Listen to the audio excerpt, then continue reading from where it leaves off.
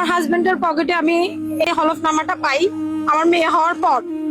মানে একটা মেয়ের জন্য সবচেয়ে যখন বেশি তার হাজবেন্ডকে প্রয়োজন হয়, ওই সময়টাতে উনি এই মেয়েটার সাথে সংসার করতেছিল। আমাকে ওই অবস্থায় রেখে, আমার তখন 40 দিনও যায় নাই, ওই অবস্থায় রেখে উনি এই মেয়েটাকে বিয়ে করে ফেলছে। এখন আমি বুঝি যে মানুষ কেন আত্মহত্যা করে। হয়তো তাহলে যখন পিঠ থেকে যায় তখন মানুষ আত্মহত্যা করে। আমার আর আমার বাচ্চাদের যে হক নষ্ট হয়েছে, এটা যাতে এই মেয়েটা আর কারো করতে না পারে, যেটা আমার সাথে করছে, আমার বাচ্চাদের সাথে করছে। আমি বাঁচতে চাই, আমি আমার বাচ্চাদেরকে নিয়ে বাঁচতে চাই। আমার খুব ইচ্ছে যে আমার ছেলেটাকে আমি কোরআনের হাফেজ বানাবো। আমার ছেলেটার পড়াশোনা বন্ধ আছে। সবার কাছে অনুরোধ, আপনারা ভিডিওটা যত পারেন বেশি শেয়ার করবেন। আমি খুবই কষ্টে আছি আমার বাচ্চাগুলো নিয়ে। আমার মেয়েটাকেও আমি বাড়তি খাবার দিতে পারতেছি না, আমিও খাওয়া দাওয়া করতে পারতেছি না, যে আমার বাচ্চা ঠিক মতো দুধ পায় না। একটা শেয়ার আপনাদের কাছে আমরা সেটা ভিক্ষা চাচ্ছি। একটা শেয়ার মানে একটা জীবনের গল্প পরিবর্তন। আসসালামু আলাইকুম। এই বোনটা, একটা নারী যখন তার হাজবেন্ড আরেকটা নারীর সাথে পরকিয়া করে, তখন একটা নারীর চেয়ে অসহায়ত্ব, একটা নারীর চেয়ে অভাগী নারী হয়তো এই পৃথিবীর বুকে নাই। এই দুইটা বাচ্চা নিয়ে আজকে এই বোনটা কেন রাস্তায় নামলো, সে জবাব কে দিবে? কে দিবে সে জবাব? সমাজ দিবে, না পরিবার দিবে, না যে পরকিয়া করছে সে তার জবাব দিত? বোন, আপনি তো অনেকদিন ধরে আমার সাথে যোগাযোগ করতে চাচ্ছেন। আসলে আপনার সাথে কি হয়েছে, মূল বিষয়টা আছে আমাদেরকে একটু বল। আসসালামু আলাইকুম। আমার হচ্ছে যে আমার হাজবেন্ড, আমার মেয়েটা যখন 8 মাস পেটে ছিল, আমি গর্ভবতী ছিলাম, উনি ওনার বন্ধুর ওয়াইফের সাথে পরকীয়ায় জড়ায়। পরকীয়ায় জড়ানোর পর উনি মানে আমাকে, ওনার ইনকাম নাই, ওনার প্রবলেম দেখাইয়ে আমাকে আমার বোনের বাসায় পাঠাইয়া দেয়। তখন আমার মেয়েটা 8 মাসের পেটে ছিল। তো আমি আমার হাজবেন্ডের দুঃখ বুঝে, যে ওনার যেহেতু ইনকাম নাই, উনিও পারতেছে না, আমি আমার আপুর বাসায় চলে যাই। মানে এটার আমার হাজবেন্ডের সমস্যা দেখে আমার হাজবেন্ড এর পেছনে ওনার বন্ধুর ওয়াইফের সাথে পরকীয়ায় আগে থেকে কন্টিনিউস করতেছিল। পরে উনি ওই মেয়েটাকে নিয়ে লিভ মানে অবৈধভাবে থাকা শুরু করে পাশের একটা এলাকায়। তো ওই মেয়েটাও জেনে শুনেই সবকিছুতে জড়ায়। ওই মেয়েটারও আগে একাধিক বিয়ে হয়েছে, ওই মেয়েটা একাধিক সংসার ভেঙে আসছে। ওই মেয়েটাও জানতো যে আমি গর্ভবতী ছিলাম, এটা জানার পরেও উনি আমার হাজবেন্ডের সাথে জড়াইছে জেনে শুনে। আচ্ছা, নারী অন্তঃসত্ত্বা অবস্থায় কাকে সবচেয়ে বেশি পাশে চাই? স্বামীকে ভাইয়া, কারণ ওই সময়টাতে আমি আমার হাজবেন্ডকে পাই নাই। এটা আমার জন্য খুবই কষ্টের, কারণ আমি প্রতিনিয়ত তখন আমার হাজবেন্ডকে আমার প্রয়োজন ছিল। আমার খারাপ লাগলো, আমি ওনাকে ফোনে পাইতাম না। উনি কল ধরে আমাকে গালিগালাজ করতো, কল দিলে দেখা যায় কল পিকও করতো না। তখন উনি ওই মেয়েটার সাথে ছিল, মানে আমি ওনাকে কলে পাইতাম না। আমার যখন প্রয়োজন ছিল, আমার খারাপ লাগতো, আমি ওনাকে পাইতাম না। উনি আমাকে কল ধরলে গালিগালাজ করতো, আমাকে ঠিক দেখতেও আসতো না। আপনার যখন পেন উঠছে, এই সময় আপনি বাচ্চা প্রসব করছেন, এই বাচ্চাটাকে আপনি তো আপনার হাজবেন্ডকে পাইলেন না। একটা নারী যখন একটা বাচ্চা প্রসব হবে, তখন হাজবেন্ডকে যদি না পায়, সেই নারীর মতো অভাগা দুইটা পৃথিবীতে আর নাই। আপনি যখন বাচ্চাটা জন্ম নেয়, তখন বাচ্চার বাবা দেখতে আসছিল? ওনাকে খবর দেওয়ার পরে উনি আসছিল, কিন্তু উনি ওখান থেকে আমাকে ভিতরে করে নাই, উনি চলে গেছে। উনি ওখান থেকে আবার ওই মেয়েটার কাছে চলে গেছে। মানে আমাকে ডেলিভারির ক্লিনিকে রেখেই উনি চলে গেছে। ওখানে আমার আপু আর আমার আম্মু ছিল, উনি চলে গেছে। একটা বারো চেহারা দেখলো না মেয়ের? ভাইয়া, উনি তখন তো ওই মেয়েটার সাথে খুব ভালোভাবে লাইফটা করতেছে, এনজয় করতেছে, বুঝছেন। তখন ওনার মাথায় নাই যে ওনার 2টা বাচ্চা আছে, ওনার ওয়াইফ আছে। আর ওই সময়টাতে আমি চিন্তা করতেছিলাম যে আমার যদি সিজার হয়, আমার হাজবেন্ড তো এটা, ওনার জন্য তো এটা অনেক প্রেশার হয়ে যাবে, কারণ আমার বাবা নাই, আমাদের ফ্যামিলিতে আর্থিক ভাবে কেউ নাই যে আমার ওই খরচটা বহন করবে। আমার হাজবেন্ডের তখন আমি ভাবছি যে না, আমার যদি ডেলিভারিটা সিজার হয়, আমার ফ্যামিলি তো পারবে না।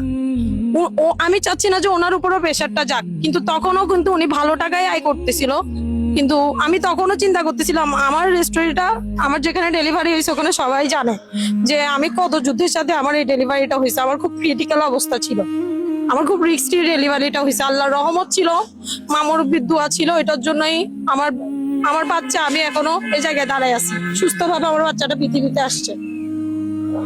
আমি একটা কথা বলতে চাই, চাইলে এই নারী পারতো না তোর মতো কুলাঙ্গার মানুষকে ফেলে আরেক বেড়ার হাত ধরে চলে যেতে পারতো না? ওনার কি ইচ্ছে করে না তোর মতো শখ আল্লাসে বিলাসিতা ভাবে জীবনযাপন করতে? একবারও তুই চিন্তা করলি না এই দুইটা বাচ্চার গুলার কথা? মুখের দিকে তাকাইলেও তো কান্না আসে। পরকীয়ায় যদি এতই বেশি ইয়া থাকতো তাহলে তুই বিয়ে করলি কেন? এর দায়িত্ব কে নিবে? হ্যাঁ, এখন আপনি কি করতে চান এই দুইটা বাচ্চা নিয়ে? আমি আসলে ভাইয়া আমি চাই বাঁচতে, আমি বাঁচতে চাই, আমি আমার বাচ্চাদেরকে নিয়ে বাঁচতে চাই। আমি চাই না আমার বাচ্চারা সামনে গিয়ে এরকম কিছু ফেস করুক যে তার বাবা অন্য একটা মেয়েকে বিয়ে করছে। আমার ছেলেটার পড়াশোনা হচ্ছে না, আমার ছেলেটাকে এখন আমি ভর্তি করাইতে পারি নাই। আমার খুব ইচ্ছা যে আমার ছেলেটাকে আমি কোরআনের হাফেজ বানাবো। আমার ছেলেটার পড়াশোনা বন্ধ, আমার ছেলেটাও জানে যে ওর বাবা কি করতেছে। আমার ওইটাই সবচেয়ে কষ্টের, যে আমার ছেলেটা সব বুঝতেছে, আমার ছেলেটা সব দেখতেছে। আমার ছেলেটাও ভয়ের ভিতরে, ওরও ভিতরে অনেক কিছু হচ্ছে, কিন্তু ও কাউকে বুঝাইতে পারতেছে না। ও যখন, আমি একটু দেখাই, বাচ্চার বাবারা যখন বাচ্চারা যখন বাবার হাত ধরে স্কুলে প্রবেশ করে, আপনার ছেলেগুলা যখন এভাবে স্কুলে ভর্তি হতে পারে না, আপনার কাছে কেমন লাগে? আমার তখন ভাইয়া বুক ফেটে যায়, কলিজা চিড়ে যায় যে অন্য বাচ্চারা বাবার আদর চেয়েও পাচ্ছে, কিন্তু আমার বাচ্চাদের এই শৈশব যেটা, এটা তো ওরা আর ফিরে পাবে না। আমার ওখানে সবচেয়ে বেশি কষ্টের যে আমার বাচ্চাদের প্রয়োজন, এখন বাচ্চারা পাচ্ছে না ওর বাবাকে। যখন ইম্পর্টেন্ট সময়, আচ্ছা এই বাচ্চাটা যখন মানুষ হবে, পড়াশোনা করবে, যখন জানতে পারবে তার বাবা আরেকটা মেয়ের সাথে পরকীয়া করছে, তখন আপনি কি জবাব দিবেন? আমার কাছে ভাইয়া কোনো ভাষা নাই, কারণ এটা আমার বলতেও আমার নিজের কাছেই কেমন যেন লাগে যে মানে উনি যে আমার সাথে এত বড় প্রতারণা করবে আমি কখনো কল্পনাও করি নাই। মানে আমার ওনার বাড়ি কোথায়? আমার বাড়ি এখানে এইগাতে অলংকার। অলংকার। ওনার নাম কি? মোহাম্মদ আলী রুবেল। অলংকারের যারা আছেন ভিডিওটি প্রচুর শেয়ার করবেন। আপনাদের এলাকার এই বোনটা আজকে নির্যাতিত, আরেকটা ওনার হাজবেন্ড আরেকটা মেয়ে নিয়ে ঘুমাচ্ছে নির্বিধায়, এই দুইটা বাচ্চা উপাস থাকে, ঠিক মতো খাওয়া দাওয়া করতে পারে না। সেই বাবার তার কোনো সেন্স নাই। আমি ধিক্কার জানাই এইসব কুলাঙ্গার পুরুষদেরকে যে নারীগুলা আজকে রাস্তায় নামতে হচ্ছে। আমি অলংকারের সকল প্রিয় ভাই ও বোনদের আপনাদের বিশেষভাবে দৃষ্টি আকর্ষণ করছি, আপনারা ভিডিওটি অবশ্যই শেয়ার করবেন। নাম কি বলছেন আপনার হাজবেন্ডের? মোহাম্মদ আলী রুবেল। মোহাম্মদ আলী রুবেল। ওকে যদি কেউ চিনে রাখেন ধিক্কার জানাবেন। আমি আরেকটা জিনিস মানে সবার কাছে শেয়ার করতে চাই, যে মেয়েটার সাথে উনি জড়াইছে, ওই মেয়েটা একাধিক সংসার ভেঙে আসছে, এমনও সংসার ভেঙে আসছে যে ওদেরও বাচ্চা ছিল। মেয়েটার ছবি আছে? জি আমার কাছে ছবি আছে। ছবিটা আমাদেরকে দেখাইতে পারবেন? তারপর হচ্ছে মেয়েটা, ভাই এই দৃশ্যটা দেখার পর আপনিও যে একজন পুরুষ, আপনি যদি আরেকটা আপনার স্ত্রী ফেলে যদি আরেকটা পরকীয়ায় লিপ্ত থাকেন, আপনার স্ত্রী আপনাকে ক্ষমা করবে? কখনো করবে না। এই ধরনের পুরুষগুলাকে কি করা উচিত? এদেরকে আমি মনে করি যে এদেরকে কঠিন বিচার করার দরকার, কঠিনতম শাস্তি দেওয়া উচিত, যদি এই ধরনের দৃশ্য যাতে আর দেখতে না হয়। ওর নাম হচ্ছে মিম, ওর বাড়ি হচ্ছে খুলনা মোরেলগঞ্জ। মানে খুলনা থেকে এসে আমাদের চট্টগ্রামে, কিন্তু ওই মেয়েটা চট্টগ্রামেই থাকে, মেয়েটা এই হালিশহর বরপল নয়া বাজারের এই এরিয়াতেই থাকে। কষ্ট হয় মা, কষ্ট হয় বাবা। মেয়েটা একাধিক সংসার ভেঙে আসছে। আমি চাই না আমার সাথে আমার বাচ্চাদের সাথে যা হয়েছে আর কারোর সাথে হোক। আমি এই মেয়েটাকে খুব, এই মেয়েটা থেকে সতর্ক করতে চাচ্ছি সবাইকে। আমি এই ভিডিওতে আসার মূল উদ্দেশ্য হচ্ছে আমার আর আমার বাচ্চাদের যে হক নষ্ট হয়েছে, এটা যাতে এই মেয়েটা আর কারো করতে না পারে, যেটা আমার সাথে করছে, আমার বাচ্চাদের সাথে করছে। কারণ ওই মেয়েটার নিজেরও একটা ছেলে আছে ভাইয়া, ওই মেয়েটার ছেলেটাকে দিয়ে দিছে। আচ্ছা এর কি সংসার নাই? এর কি মা বাপ নাই? এই তুই কিরকম মহিলা? আমার মনে হয় তুই একটা জানোয়ার। একটা নারী সংসার ভাঙা, আরেকটা নারী সংসারে তুই ঢুকে পড়া কতটা খারাপ। তোরও তো একটা সন্তান আছে। তোর সন্তান কি পরিচয় বড় হবে বল? কি পরিচয় বড় হবে একটু দেখাই। ফোন করে ভাইয়া ঠেট দেয় যে আমার বাচ্চাগুলোর ক্ষতি করবে ও, আমি যদি এখান থেকে সরে না যাই, আমি আমার হাজবেন্ডকে ছেড়ে না দেই, আমাকে ও হুমকি ধামকি দেয় ফোনের মধ্যে। কত বড় সাহস ভাই! কি ঠিক মতো খাওয়া দাওয়া দিতে পারেন?